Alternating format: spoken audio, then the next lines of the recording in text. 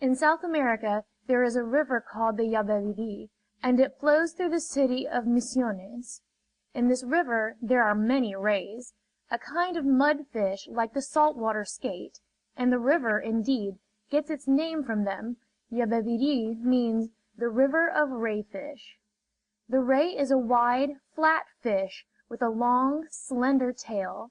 The tail is very bony, and when it strikes you it cuts and leaves poison in the wound. There are so many rays in the river that it is dangerous even to put your foot into the water. I once knew a man who had his heel pricked by a ray.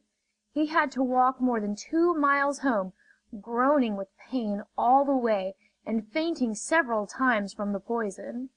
The pain from a ray bite is one of the sharpest pains one can feel. But there are also other kinds of fish in the Yababiri, and most of them are good to eat.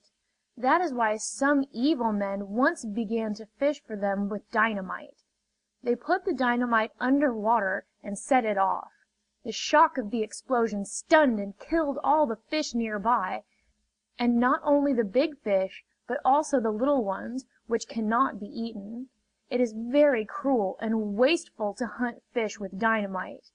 However, there was a man who lived on the bank of the river, and he was sorry for the poor fish, especially the little ones, and he told the bad men that they must stop bombing the fish. At first they were angry, and said they would do what they liked. But the man was known everywhere to be an upright, honest man, and finally they obeyed him, and set off no more bombs in the river. And the fish were grateful to this man, whom they had come to know the moment he approached the edge of the water. Whenever he walked along the bank smoking his pipe, the rays especially would swim along the bottom to keep him company. He, of course, did not know he had so many friends in the river. He lived there just because he liked the place. Now, it happened one afternoon that a fox came running down to the river, and putting his forepaws into the water, he called, "Hey there, you rayfish! Quick, quick! Here comes that friend of yours. He's in trouble." All the rays who heard came swimming up anxiously to the edge of the water. "What's the matter? Where is he?" they asked. "Here he comes," answered the fox. "He has been fighting with a panther, and is trying to get away. He wants to get over to that island. Let him cross, for he is a very good man." "Of course we will! Of course we will!" the rays answered. "As for the panther, we will fix him." "Yes, but remember, a panther is a panther," said the fox, by which he meant that a panther is almost as hard to fight with as a tiger. And the fox gave a little jump and ran back into the woods so as not to be near when the panther came. A second or two later, the branches along the river bank were pushed aside, and the man came running down to the water's edge.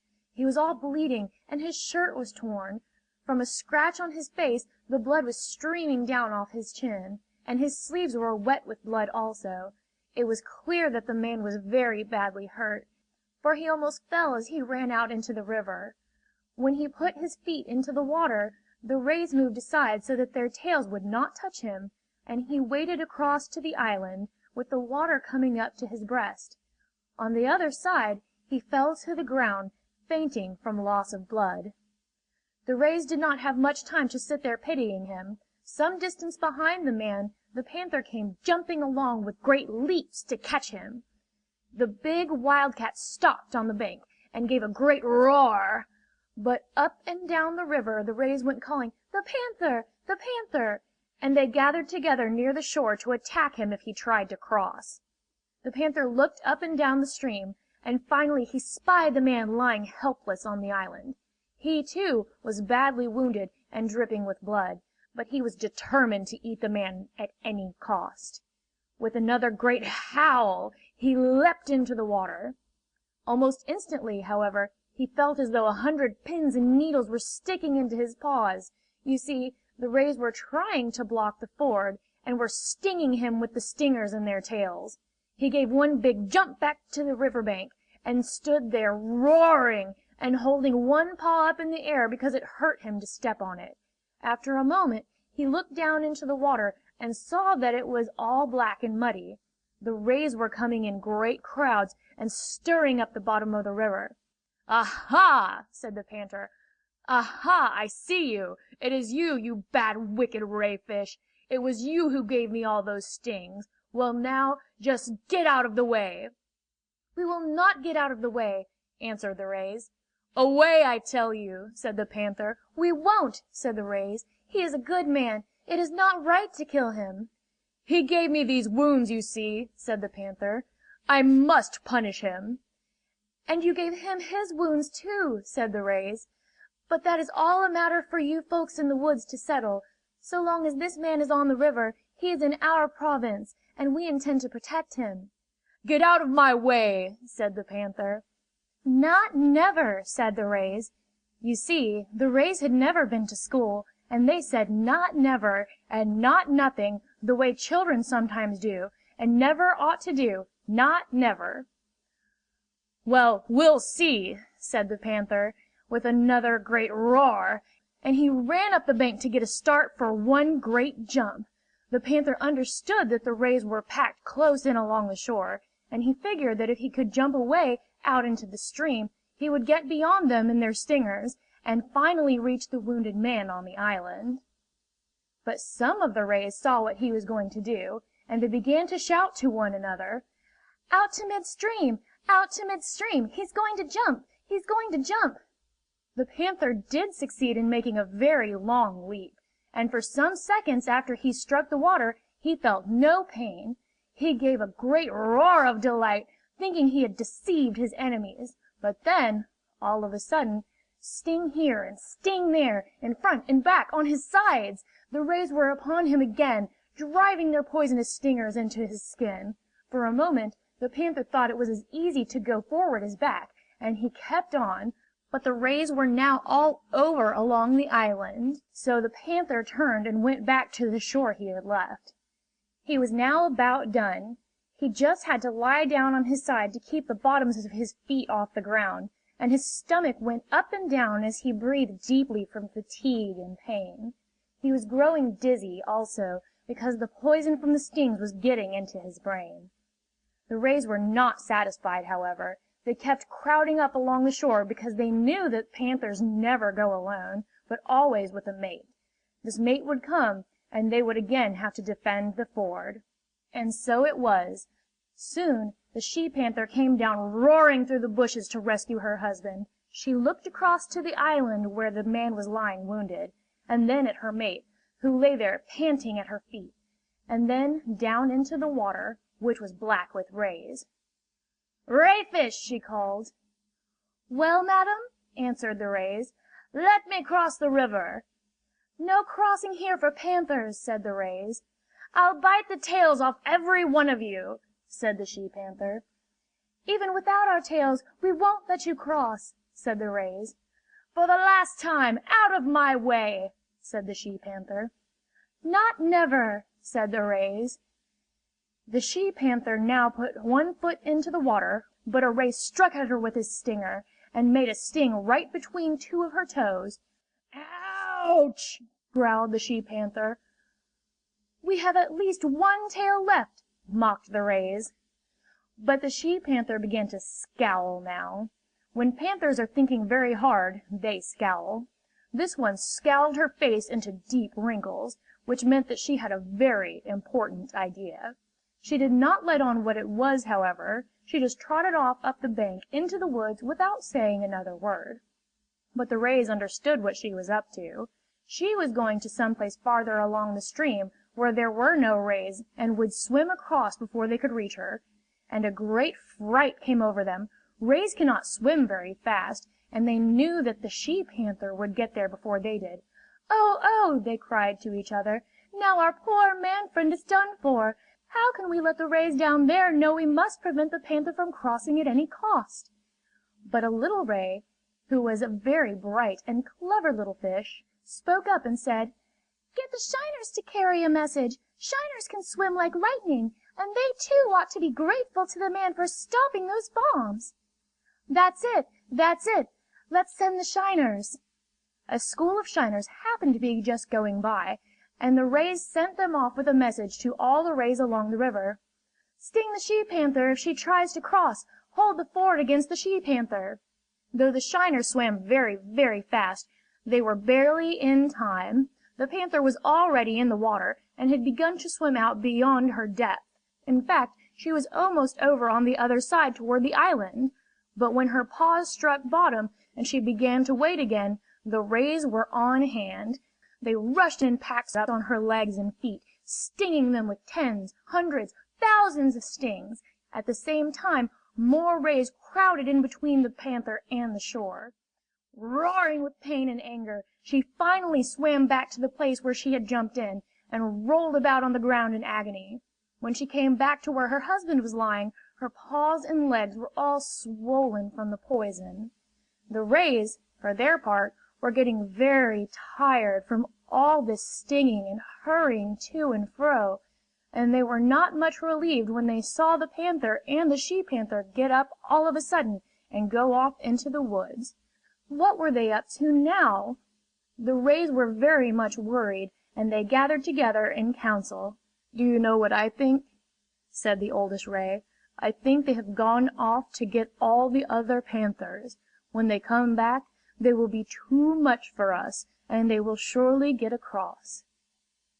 "That is so," said the other rays, the older and more experienced ones. "At least one or two will get across. That will be the end of our friend, the man. Suppose we go and have a talk with him." For the first time they now went over to where the man was lying. They had been too busy up to then to think of him.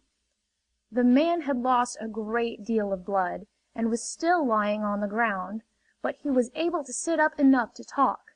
The rays told him how they had been defending the ford against the panthers who had been trying to eat him. The man could hardly keep in his tears as he thought of the friendship these fishes had for him. He thanked them by reaching out his hand and stroking the nearest ones on the nose. But then he moaned, "Alas, you cannot save me. When the panthers come back, there will be many of them, and if they want to get across, they can." "No, they can't," said a little ray. "No, they can't. Nobody but a friend of ours can cross this ford." "I'm afraid they will be too much for you," said the man sadly. After a moment's thought he added, "There might be one way to stop them. If there were someone to go and get my rifle. I have a Winchester, with a box of bullets, but the only friends I have near here are fish, and fish can't bring me a rifle." "Well?" asked the rays anxiously. "Yes, yes," said the man, rubbing his forehead with his right hand, as though trying to collect his thoughts. "Let's see. Once I had a friend, a river hog, whom I tamed and kept in my house to play with my children. One day he got homesick, and went back to the woods to live. I don't know what became of him, but I think he came to this neighborhood." The rays gave one great shout of joy. "We know him! We know him! He lives in the cave just below here in the river bank. We remember now that he once told us he knew you very well. We will send him to get the rifle." No sooner said than done. A shiner, who was the fastest swimmer in his school, started off down the river to where the river hog lived. It was not far away, and before long the river hog came up on the bank across the river. The man picked up a fishbone from the ground near him, and, dipping it in some blood that was on his hand, wrote on a dry leaf this letter to his wife: "Dear wife, send me my Winchester by this river hog, with a full box of 100 bullets. Signed, the man." He was just finishing the letter when the whole river valley began to tremble with the most frightful roars. The panthers were coming back in a large company to force a crossing and devour their enemy. Quickly, two rays stuck their heads out of the water. The man handed them the leaf with the letter written on it, and, holding it up clear of the water, they swam over to where the river hog was. He took it in his mouth and ran off as fast as he could toward the man's house. And he had no time to lose. The roaring was now very close to the river, and every moment it was getting nearer. The rays called anxiously to the shiners, who were hovering in the water near by, waiting for orders.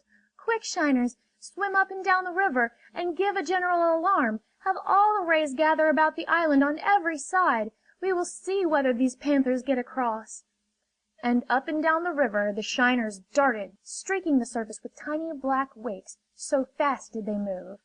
The rays began coming out from the mud, from under the stones, from the mouths of the brooks, from all along the river. They assembled in solid masses almost, around the island, bent on keeping the panthers back at whatever cost. And meanwhile the shiners came streaming up and down past the island, raising new recruits and ready to give the word when the panthers appeared. And the panthers did appear at last. With a great roar, an army of them came leaping down to the river bank. There were 100 of them perhaps, at least all the panthers in the woods around Misiones. But, on the other hand, the river was now packed with rays, who were ready to die rather than let a single panther across. "Get out of our way!" roared the panthers. "No trespassing on this river!" said the rays. "Gang away!" called the panthers. "Keep out!" said the rays. "If you don't get out of the way, we will eat every ray, and every son of a ray, and every grandson of a ray, not counting the women and children," said the panthers. "Perhaps," said the rays, "but no panther, nor any son, grandson, daughter, granddaughter, sister, brother, wife, aunt, or uncle of a panther will ever get across this ford. For one last time, get out of the way." "Not never!" said the rays. And the battle began. With enormous bounds and jumps and leaps the panthers plunged into the river, but they landed on an almost solid floor of rayfish. The rays plunged their stingers into the panthers' feet, and at each prick the panthers would send up the most blood-curdling roars.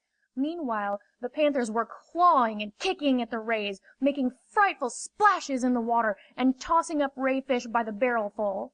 Hundreds and hundreds of rays were caught and torn by the panthers' claws, and went floating down the Yababiri, which was soon all tinged with ray blood. But the panthers were getting terribly stung too, and many of them had to go back to the shore, where they lay roaring and whining, holding their swollen paws up in the air. Though many more of the rays were being trampled on, and scratched and bitten, they held their ground. Sometimes, when a ray had been tossed into the air by a panther's paw, he would return to the fight after he had fallen back into the water. The combat had now lasted as long as half an hour. By that time the panthers were tired out, and had gone back to the shore they came from, where they sat down to rest and to lick the stings on their paws. Not one of them had been able to cross the ford, however, but the rays were in a terrible plight. Thousands of them had been killed, and those that still remained were about tired to death. "We cannot stand a second attack like this one," said the rays. "Hey, shiners, go up and down the river again, and bring us reinforcements. We must have every single last ray there is in the Yababiri." And again the shiners were off, up and down the river, flecking the surface of the water with the wakes they left. The rays now thought they should consult the man again. "We cannot hold out much longer," said the rays, and some of them actually wept for the poor man who was going to be eaten by the panthers. "Never mind, please, my dear little rays," answered the man. "You have done enough for me. It's a pity that any more of you should die. Now you had better let the panthers come across." "Not never!" cried the rays. "So long as there is a ray left alive, we shall defend the man who defended us, and saved our lives from the bombers." "My dear friends," said the man in reply, "I think I am bound to die anyway. I am so badly wounded. But I can promise you that when that Winchester arrives, you will see some exciting things. That much I am sure of." "Yes, we know, said the rays, but they could not continue the conversation. The battle was on again. The panthers had now rested, and were crouching all on the river bank, ready to take off with great leaps and bounds. "We'll give you one last chance," they called to the rays. "Now be reasonable. Get out of our way." "Not never!" said the rays, crowding up close along the shore in front of the panthers. In a flash the panthers were in the water again, and the same terrible fight as before was taking place. The Yababiri, from shore to shore, was one mass of bloody foam. Hundreds and hundreds of rays were tossed into the air, while the panthers bellowed from the pain in their paws. But not a panther and not a ray gave an inch of ground. However, the panthers were little by little forcing their way forward. In vain the shiners darted up and down the river, calling in more and more rays to battle. There were no rays left anywhere along the stream. Every last ray was either fighting desperately in the army around the island, or was floating, bruised and bleeding down the current. Such as were still left were all but helpless from the fatigue of their great efforts. And now they realized that the battle was lost. 5 of the biggest panthers had broken through the lines of the rays and were swimming through the clear water straight toward the island. The poor rays decided they would rather die than see their poor friend eaten by the panthers. "Retreat to the island!" they called to each other. "Back to the island!" But this was too late, alas. 2 more panthers had now broken through the line, and when the rays started for the island, every last panther on the shore jumped into the water and made for the wounded man. 10, 20, 50, perhaps 100 panthers could be seen swimming with just their heads out of water. But what was that down there? The rays had been so busy fighting they had not noticed before. From a point on the shore, some distance below the ford, a brown, fuzzy animal had gone into the water and had been swimming all this time toward the island. It was the river hog, paddling along as fast as he could with his head and neck out of the water and the Winchester in his mouth. He was holding his head away up like that to keep the rifle dry. On the end of the rifle hung the man's cartridge belt, full of bullets. The man gave a great cry of joy, for the river hog was quite a distance ahead of the panthers, and he would be ashore by the time they began to wait again. And the river hog did get there in no time. The man was too weak to move much, so the river hog pulled him around by the collar so that he lay facing the panthers. In this position the man loaded the rifle and took aim. The rays, meanwhile, were heartbroken, crushed, scratched, bruised, bleeding, worn out from struggling. They saw that they had lost the battle. The panthers were almost over to the island. In a few moments their friend would be eaten alive. Crack! Crack! Bing! Bing! The rays, who had their eyes out of water, suddenly saw a panther, who was just coming up out of the river toward the man, give a great leap into the air and fall back to the ground in a heap. The rays understood. "Hooray! Hooray! Hooray!" shouted the rays. "The man has the rifle! He is saved! We have won!" And they dirtied all the water.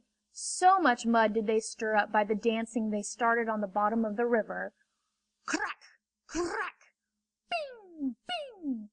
The rifle kept going off, and the bullets kept singing through the air. At each shot a panther fell dead on the sand, or sank, drowning under the water. The shooting did not last more than a minute and a half, however. After 10 or a dozen panthers had been killed, the others swam back to the opposite shore and ran off into the woods. The panthers that were killed in the water sank to the bottom, where the hornpouts ate them. Others kept afloat, and the shiners went down the Yababiri with them, all the way to the Parana, having a great feast off panther meat, and jumping and hopping along the top of the water to express their delight. When the friends of the wounded man came to get him, they skinned the panthers that were lying on the shore, and the man's wife had a set of new rugs for her dining room. Soon the man got well again, and the rays, who had a great many children each year, were as numerous as ever after one season. The man was so grateful for what they had done in trying to save his life that he built a bungalow on the island and went there to live during his vacations. On nights in summer, when the moon was shining, he would go out in front of his bungalow and sit down on a rock over the water to smoke his pipe.